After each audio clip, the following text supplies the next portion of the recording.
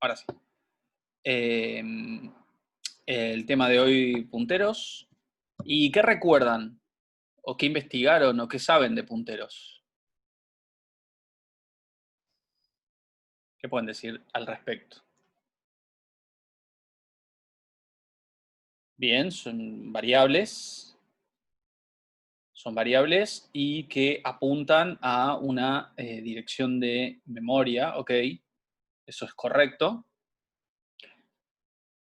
Bien, es un tipo de variable especial, podríamos decir, que en lugar de guardar datos como de la vida real, así como el int guarda números o el char guarda caracteres, estas guardan direcciones de memoria. O sea que no me va a servir para representar el importe de una factura, pero sí me va a servir para guardar la dirección de memoria donde sí esté el importe de una factura, por ejemplo. ¿Sí? Así que solo pueden guardar direcciones. ¿Alguna cosa más que recuerden o que sepan? Bien, ahí Hugo menciona algo de unos operadores que vamos a necesitar. No se llama así, ahora vamos a ver, Hugo, parecido. Eh, y Alan menciona que el código queda más limpio. En realidad yo ahí opino lo contrario. Yo creo que con punteros el código queda más complejo. Es más difícil con punteros entender lo que hace el código, pero te da la oportunidad de hacer más cosas que sin los punteros no se podrían hacer. ¿Sí? Bien, así que más o menos tienen una idea general de qué se trata. Está bueno, ahora vamos a ver si queda mucho más claro con, con lo de hoy, ¿sí? Entonces, como ustedes decían, un puntero es un tipo de variable que puede almacenar la dirección de memoria de otra, ¿sí?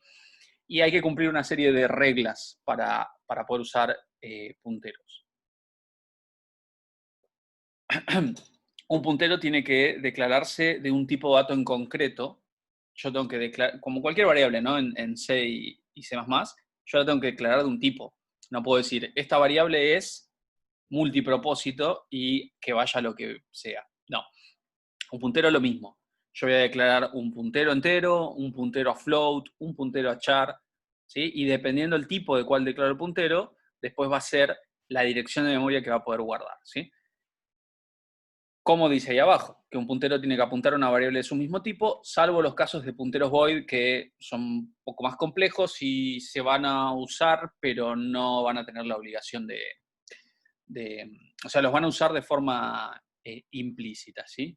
A este tipo de punteros void. Entonces, para que quede sencillo, un puntero, variable que puede guardar, o un tipo de dato que permite crear variables y que pueden guardar direcciones de memoria de otra variable, y luego un puntero declarado como entero puede guardar la dirección de una variable entera. Un puntero declarado como float puede guardar la dirección de float y así. Para poder trabajar con los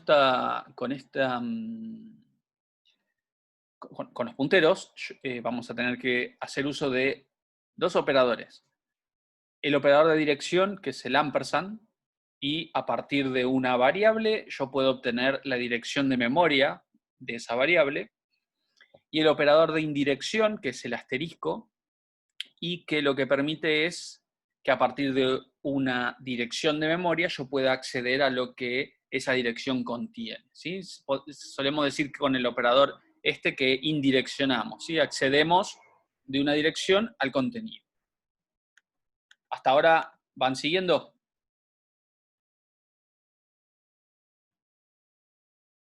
Bien. Bueno. Entonces, veamos cómo trabaja el operador de dirección, ¿sí? Que habíamos dicho que era para obtener la dirección de memoria a partir de una variable. Entonces, tengamos este ejemplo muy sencillo. Tenemos una variable entera, le asignamos el valor 10. Y luego hacemos un cout de la variable, esto lo hicimos durante todo el cuatrimestre pasado, así que ahí no hay ninguna novedad. Y luego hacemos un cout de el ampersand de esa variable, o sea, el operador de dirección a la izquierda de la variable. Y a la derecha hay como una especie de representación de la memoria, en donde, si bien la variable es, el espacio de memoria es uno solo, ¿sí? No tiene esta forma, pero como para que se entienda, esta variable que se llama mi variable tiene como contenido 10 que es el valor que puede guardar por ser entera, y a su vez tiene una ubicación física en la memoria que, para simplificar, yo le puse 0x1000. ¿Sí? Entonces, si yo hago el cout del nombre de la variable, muestro el contenido. Si hago el cout de la dirección de memoria de la variable, puedo mostrar por pantalla cuál es la dirección. ¿Sí? Yo no puedo, como programador, controlar cuál es la dirección de memoria. Eso se lo va a dar el sistema operativo, ¿sí? Lo va a ubicar en el espacio de memoria que corresponda. Pero en C yo puedo mostrar en dónde está, ¿sí? Que otros lenguajes no me lo van a permitir. C, C++ permiten eso, ¿sí? Cuando hacíamos, Germán, un cout del nombre del vector, si ese vector era de cualquier tipo salvo de char, ¿sí? Porque si era un vector de char, veíamos la cadena, ¿no?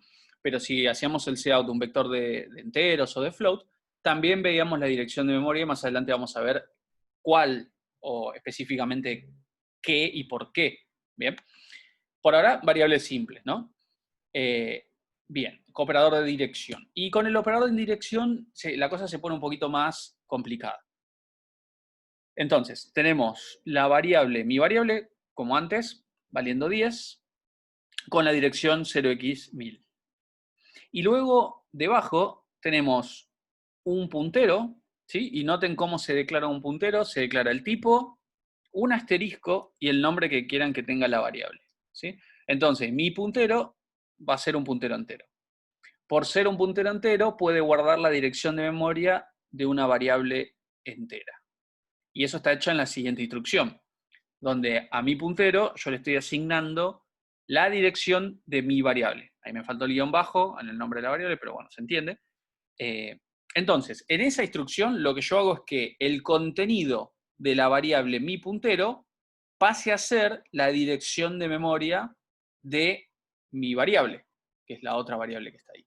Y ahí en el diagrama de memoria queda claro que mi variable, como es entera, guarda un entero. Ahora, mi puntero, como es un puntero, como contenido, guarda una dirección de memoria, ¿sí? Que en este caso es la de la otra variable. Bien, eso es lo que puede guardar un puntero. Y además, esto como un dato anecdótico, porque no creo que lo usen seguido, pero un puntero, al ser una variable, también tiene su dirección de memoria. En este caso, la variable mi puntero, como contenido, tiene la dirección de memoria de otra variable, pero su dirección es distinta, ¿sí? Y en este ejemplo es 0x2000, como para ejemplificar, ¿sí? ¿Para qué me sirve entonces tener una variable que contiene la dirección de otra? Bueno, en la línea última, en el cout, yo con el operador de dirección, con el asterisco, puedo acceder al contenido de la dirección que contiene el puntero. Entonces, si la dirección que contiene este puntero es 0x1000, como está ahí, lo que va a hacer es ir a fijarse en esa dirección de memoria, lo que sea que haya, acceder a su contenido y mostrarlo en pantalla, utilizarlo para una cuenta aritmética, utilizarlo para guardarlo en otra variable, para cambiar su valor. Es decir, yo puedo acceder ahí al contenido como si estuviese accediendo directamente a la variable real. ¿Bien? Ahora, ¿para qué me sirve a mí en main hacer ese puente a través de un puntero? Bueno, para poco, y este ejemplo no tendría mucho sentido, porque si yo quiero mostrar lo que contiene la variable, directamente muestro mi variable, ya también vería el valor 10. Ahora, cuando estamos trabajando con funciones, ¿sí? Cuando estamos trabajando con funciones, recuerden que todo parámetro que se le mande de una variable simple, ¿sí? De una variable escalar a una función, que se mande por valor, ¿sí? Recibe una copia en otra variable, en otro espacio de memoria, y por más cambio que haga ahí, no va a cambiar, ¿sí? En la función que la llama. Por ejemplo, si yo en main llamo una función x y le paso 5 variables por valor, esas 5 variables yo en la función las puedo usar su contenido, pero aunque las cambie, no van a cambiar en main, ¿sí? Con los punteros sí tengo esa posibilidad, porque le estoy dando la dirección de donde está alojada mi variable. Entonces, la puedo cambiar tanto en la función como en el main o la función que la use, ¿sí? Así que esa es una de las ventajas. Y otras ventajas que ahora les voy a mencionar, ¿sí? No es únicamente eso. ¿Bien? ¿Se entiende conceptualmente entonces qué es un puntero? ¿En qué situaciones lo podríamos llegar a usar? ¿Sí? Bien. Piensen que en Laboratorio 1, por ejemplo, hicieron muchos programas sin la necesidad de usar punteros de forma explícita, así que tampoco es que de la nada ahora no pueden vivir sin los punteros, pero de a poquito los pueden ir introduciendo y van a poder hacer uso de sus ventajas, ¿sí? Entonces, ventajas: si enviamos la dirección de una o más variables a una función, vamos a poder permitir que la misma, ¿no?, que la función, modifique el contenido de forma permanente, ya sea en la función donde se usa el puntero, pero también donde fue declarada la variable, que puede ser otra función. Bien, eso es importante. Después, si vamos a hacer uso de asignación dinámica de memoria, que lo vamos a hacer más adelante, también vamos a trabajar con punteros, ¿sí? Obligatoriamente. Hay otros conceptos en programación orientada a objetos donde también se van a usar los punteros y bueno, después ninguno más. Después no van a hacer, si los usan bien, vamos a estar muy contentos y si los usan mal, no. ¿Bien? Seguimos, entonces. Esas son las ventajas. Vimos un ejemplo, después vamos a ver más ejemplos ya en el Codeblock, si acá estamos en un PDF. Bueno, ¿qué relación hay con punteros y vectores?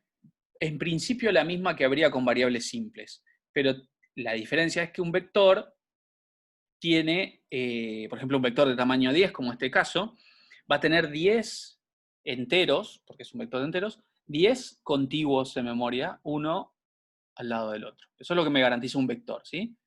Reservar espacio en memoria de forma contigua. Bien, entonces, con mi puntero acá, con el puntero creado, tiene que ser del mismo tipo que el vector, yo puedo apuntar, ¿sí?, a el inicio del vector. Y ahí es algo que había hecho Germán, de que el nombre del vector ya mostraba una dirección de memoria, ¿sí? ¿Cuál es la dirección de memoria? Bueno, la dirección de memoria que yo accedo a través del nombre del vector es donde comienza el vector, ¿sí? Sería la dirección de memoria del primer elemento.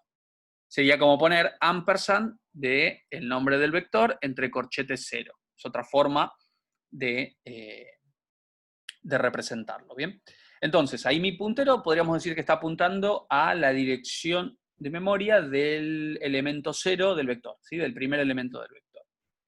Y luego, a través de ese puntero, yo puedo cambiar, como estamos haciendo acá, el quinto de los elementos del vector, ¿sí? Le estamos asignando 100 al vector en la posición 4. Ahora, ¿por qué no usé el asterisco? Bueno, los corchetes automáticamente van a indireccionar el puntero en la posición que yo les diga. Y esto lo saben porque lo usaron así en Laboratorio 1. En Laboratorio 1 ustedes pasaban por dirección a una función un vector, lo recibían en un puntero sin darse cuenta tal vez, porque no usaban el asterisco, y luego ponían los corchetes y lo usaban como si fuese un vector, ¿sí? Bueno, esto también se da así con los punteros.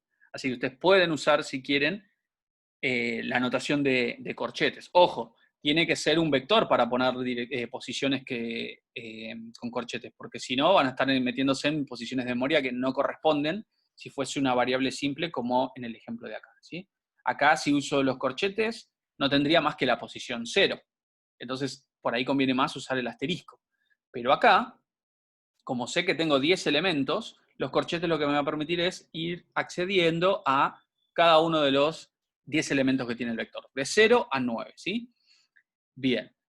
Ahora, fíjense ahí abajo, en el recuadro que está abajo. Primero hace una pregunta, ¿por qué no se usa el operador de dirección? Y explica que los corchetes, bueno, indireccionan, pero también muestra otra forma de escribirlo, ¿sí? Esa forma que está ahí es equivalente a la que está arriba. Y noten como la de abajo es mucho más compleja. Es el asterisco que tiene que estar indireccionando todo el puntero más 4 elementos hacia adelante. ¿Sí? Y ahí le estaría asignando 100. Bueno, eso que ven ahí se llama aritmética de punteros. ¿Sí? Y la aritmética de punteros no es más que aplicar cuentas matemáticas, generalmente sumas, ¿sí? A un puntero. ¿Bien? Y acá es donde se pone bien complicada la cosa. Entonces, esto lo vamos a ver ahora en un ratito con ejemplos, ¿sí? Pero fíjense lo siguiente, partamos de, teniendo un vector de 5 elementos, sabemos que la notación conocida es con corchetes de 0 a 4. El contenido, para que sea sencillo, es de 100 a 500, va aumentando de 100 en 100, y la dirección de memoria, acá puse una dirección de memoria bastante más real, puse 0x100, y la siguiente es 0x104, y la siguiente es 0x10c, y así. Entonces, acá podemos ver que las direcciones de memoria contiguas, ¿sí? En este caso van aumentando de cuánto en cuánto. Bien, va aumentando de 4 en 4. ¿Y por qué les parece que va aumentando de a 4 en 4 en este ejemplo? Sí, haciendo de cuenta que es el vector que teníamos antes, ¿no? Que era de entero. Que no es de 10 porque era muy grande, pero achicado a 5. Son los bytes, sí. Son la cantidad de bytes. Entonces, un entero en memoria nos va a ocupar 4 bytes. Por lo tanto, si yo tengo un vector de 5 elementos, el primero, donde sea que empiece, el segundo elemento va a estar 4 bytes más adelante, el tercero 8 bytes más adelante y así. ¿Sí? Va a ir aumentando de 4 en 4. Exactamente, el vector tendría 20 bytes. 5 la cantidad de elementos por el tamaño de lo que ocupa un entero en memoria. Pero más allá de cuánto ocupa en memoria, que si bien es importante porque si trabajamos con un vector de chars, los bytes serían distintos, ¿sí? No serían de 4 en 4, sino que sería de 1 en 1, que es lo que ocupa un char, o con bool pasaría lo mismo. Veamos a la izquierda que hay una notación bastante aritmética, bastante matemática, para el trabajo de punteros de esta manera. Vec ya sabemos que es equivalente a la dirección de memoria del vector en la posición 0, que en este caso, en este ejemplo, sería donde comienza, ¿no? 0x100. Ahora, Vec más 0 no cambia en nada porque le estoy sumando 0. Así que Vec más 0 sería lo mismo, por lo tanto, sigue siendo la misma dirección de memoria. Sin embargo, Vec más 1 lo que hace es a la posición inicial del vector le sumo un elemento más del tipo dato que sea. Entonces, como estamos trabajando con enteros, un elemento más, ¿sí? En memoria, desde donde comienza, son 4 bytes más adelante. O sea que, acá le pifié lo que puse, porque no es, sería 104, ¿no? Después lo voy a corregir. Sería 104, sí. O tendría que sumarle 2 para que sea 10C. Así que eso después, discúlpenme, después los corrijo. Pero a lo que va el ejemplo es una posición más de memoria, lo que haría es aumentar 4 bytes porque es un vector de enteros. Si fuese un vector de char, aumentaría un byte y así dependiendo del tipo de dato. Con esto podemos decir que Vec más n es equivalente a la dirección de memoria de Vec en la posición n. Bien. Ángel. ¿Por qué vamos a eso? En este caso no nos serviría mucho porque son direcciones de memoria y la verdad no se usa, no vamos a trabajar con memorias, con direcciones de memoria. Pero, ¿qué pasaba con el operador de indirección y una dirección de memoria?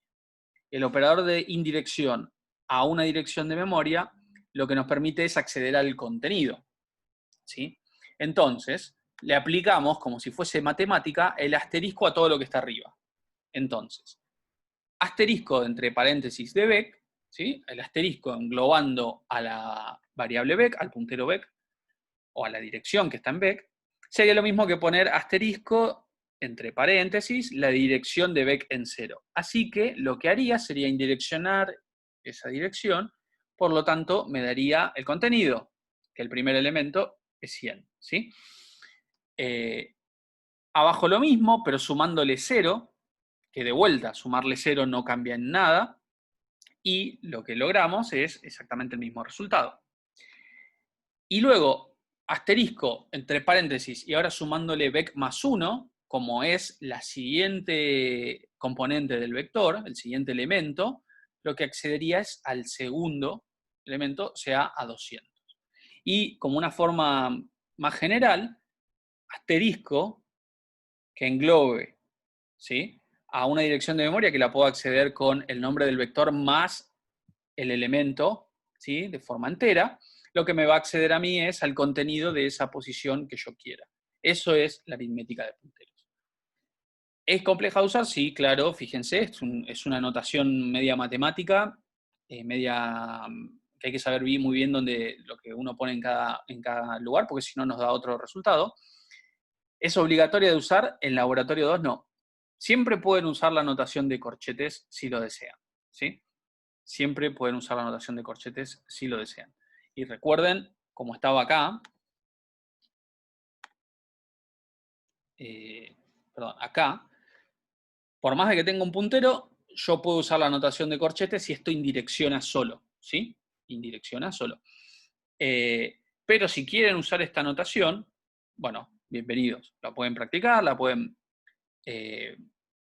utilizar, ¿sí?, a modo de práctica, y después, si están en un examen, si están en algo donde tienen miedo a equivocarse, pueden usar siempre los corchetes. Se podría hacer un for tranquilamente, ahora vamos a andar haciendo un par de fors con punteros, ¿sí?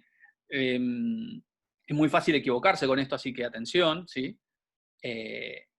Podemos hacer un for de punteros también, podemos practicarlo ahora, y yo no los quiero asustar, ¿sí?, pero esto también aplica a matrices de cualquier dimensión, ¿sí? Pueden ser de 2 dimensiones, pueden ser de 3 dimensiones y así. Entonces, fíjense lo complejo que se pone cuando tenemos 2 dimensiones. Lo que nosotros fácilmente podemos decir Beck en la posición 3, en la posición 5, con la notación de punteros es muchísimo más complejo, ¿sí? Muchísimo más complejo. Ya están pidiendo fecha de recuperatorio. No se preocupen, esto es simplemente para que lo conozcan, está en el programa, pero como esto se puede también con la notación de corchetes, ¿sí? Brian y yo creo que también Daniel, eso pregúntenlo en programación 2, pero creo que también Daniel, no van a estar,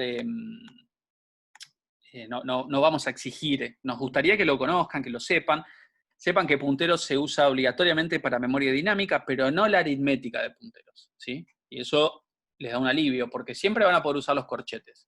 Así que ustedes lo que van a tener que concentrarse y aprender muy bien es a usar vectores y matrices. Eso seguro, ¿sí? Sin eso no creo que puedan aprobar laboratorio 2 si no saben usar bien vectores y matrices y muchas cosas más.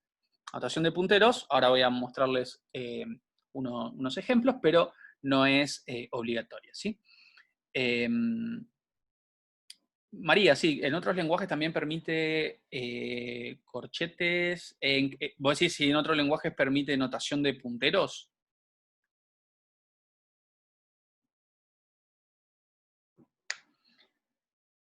Que yo sepa, no. Vos, Brian, me parece que el único que permite hacer estas cosas raras es C, ¿no? Sí, creo que ADA también puede ser.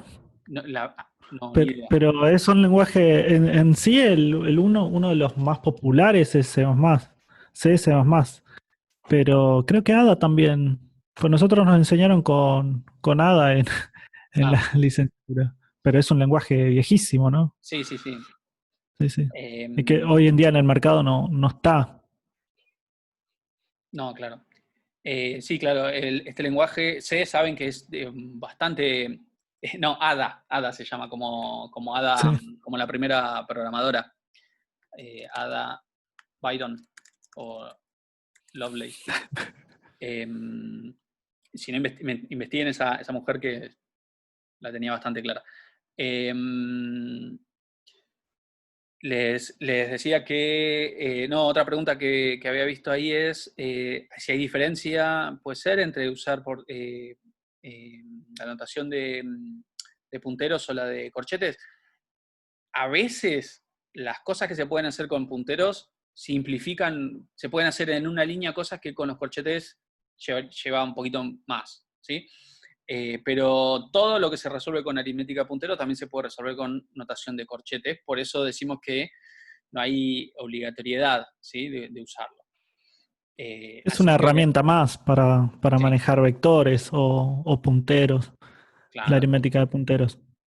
Como para que sepan que existe y que así es como funciona, para que cuando a ustedes se les presente el caso de llegar a utilizarlo, sepan cómo manejarlo. No es algo que lo van a utilizar siempre, pero está ahí. Sí, con matrices es bastante útil por el tema de pasar direcciones de memoria y demás y trabajarlos con aritmética de punteros. Pero bueno, claro. ahí está Bien. cada uno en la situación donde se va a encontrar. Así que bueno, la idea para resolver ahora, vemos si en los 10 minutos que quedan podemos resolver al menos una de estas funciones o las dos. Eh, que es hacer una función que cargue un vector de 10 elementos y después con otra función obtener un vector, no, perdón, obtener el máximo del vector, pero con la aritmética de punteros, ¿sí? La idea es tratar de poder resolver estas dos con aritmética de punteros en esta parte que queda y en otra ingreso más. Eh, ver bien los diferentes ejemplos. Vamos a empezar primero con ejemplos de punteros con variables simples, más sencillos, después usemos vectores. Después podemos resolver alguno de los ejercicios que estaban, el que ustedes quieran, en la práctica. Yo diría sin aritmética de punteros para focalizarnos en la lógica, ¿sí? No agregar un nivel más de complejidad con esta notación, ¿sí? Podríamos separar ahí y lo otro hacerlo con la notación que ya conocen. Y Alan, no, esto o sea, lo presentamos, tienen el apunte ahí, tienen otro apunte, pero no están obligados y no, si se les complica, si ven que no hace falta que, prefiero que aprendan otras cosas que van a ver en el programa, estructuras, archivos, eso sí, a aritmética de punteros, ¿sí? Es más prescindible. Eh, bien, entonces dejo de compartir acá y voy a compartir el sistema donde tengo el codeblock, ¿sí? Creo que todavía están viendo la otra pantalla. No. Sí, sí, Bruno, estamos ahí mirando, son 8 minutos los que faltan. Ok. Desarrollo, codeblocks. Bien. Esperen que pues estoy viendo yo solamente mi pantalla. Ahora sí. Bien, acá está el codeblocks. Voy a crear acá una carpeta, clase 02. Después vamos a subir a GitHub. Y vamos a hacer un primer ejemplo con punteros bastante sencillo, ¿sí? Entonces, UTN, lab2, clase 02, le voy a poner punteros 01.cpp. Bien. Y bueno, acá voy a poner el GeoStream. Lo pongo medio rápido. Bien. Y como voy a hacer varios archivos hoy, voy a aprovechar y copiar. Después solamente le cambio el nombre. No creo que tantos, pero después le cambio el nombre y listo. Bien.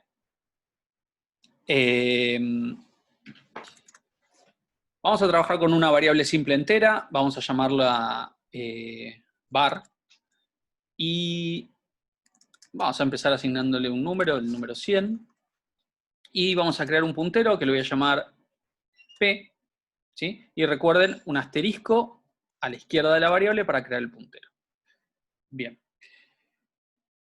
Entonces, P puede guardar direcciones de memoria. Quiere decir que esto no compila, porque var, así como lo escribí, no es una dirección de memoria, es 100. Es equivalente a tratar de asignarle 100 a P. ¿Sí? Entonces, la única manera que yo tengo para poder asignarle algo a P es diciendo que es una dirección, o sea, usando el operador de dirección. Entonces ahí sí, esto compila, no hace nada, pero compila. Bien. Entonces, para que se vea por pantalla que tienen lo mismo, yo puedo mostrar la dirección de var y lo que contiene P. Lo que contiene P. Si yo corro esto, debería haber exactamente lo mismo por pantalla, porque acabo de hacer una asignación, ¿sí? Entonces, tienen que ser son iguales los dos valores. Bien. Tenemos una dirección de memoria. Fíjense que una dirección de memoria real en una arquitectura de 64 bits es una cosa muchísimo más larga, por eso yo lo había simplificado en el otro ejemplo, y están expresados en hexadecimal, ¿sí? Son, como había puesto Brian ahí, los números del 0 al 9 y luego las letras hasta la F para hacer 15 valores, 16 valores distintos. Bien. Ok, bueno, entonces ahí podemos ver la dirección de una variable y el puntero tienen el mismo valor, ¿sí? Tienen lo mismo. Entonces, con el puntero indireccionándolo, yo puedo acceder directo a la variable var. Entonces puedo decir que ahora vale 500. Y al final de todo mostrar el contenido de var, es decir, lo que contiene, lo que como siempre mostramos las variables hasta ahora, y tendría que mostrarme ahí abajo 500. ¿Ven? Con el puntero, mediante el operador de indirección, pude cambiar el valor de otra variable. Una ventaja que tiene esto es que yo puedo tener var y var1 y acá decir que P ahora está apuntando a var1. Deja de apuntar a var, pasa a apuntar a var1. Y ahora esta misma línea lo que va a hacer es cambiar otra variable. ¿Sí? Me va a cambiar var1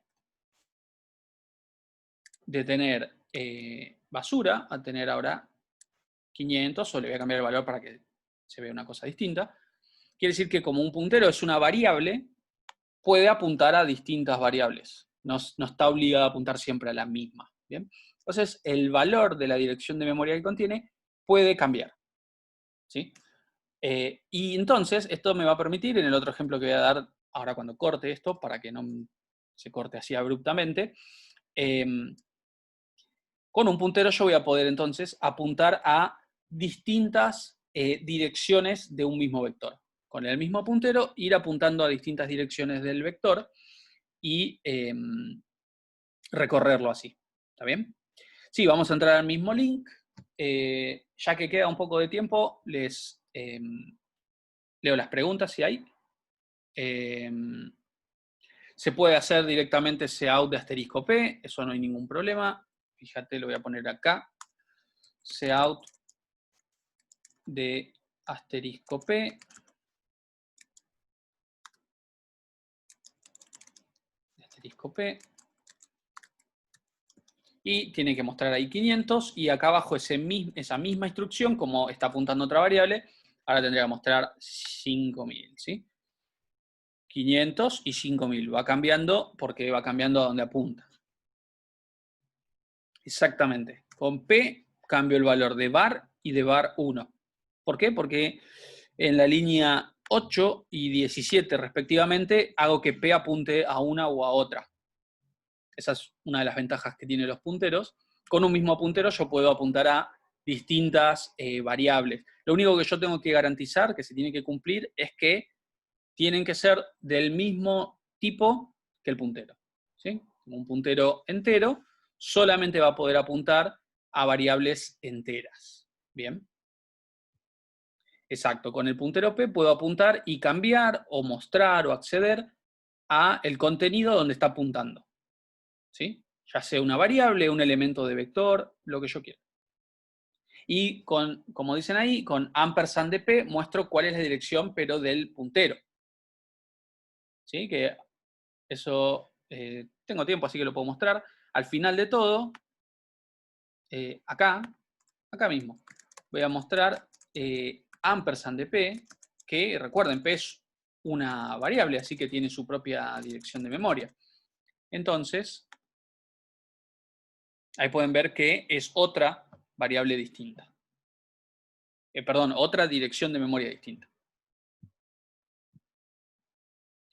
Sí, cuando trabajemos con estructuras y con clases, también vamos a poder usar el operador de dirección y el de indirección para trabajar, ¿sí? Ahí es otro ejemplo donde se usan punteros. Sí. Bueno, corto esto y entramos de vuelta en 5 minutos al mismo link. ¿Bien? Y seguimos con los ejemplos con punteros.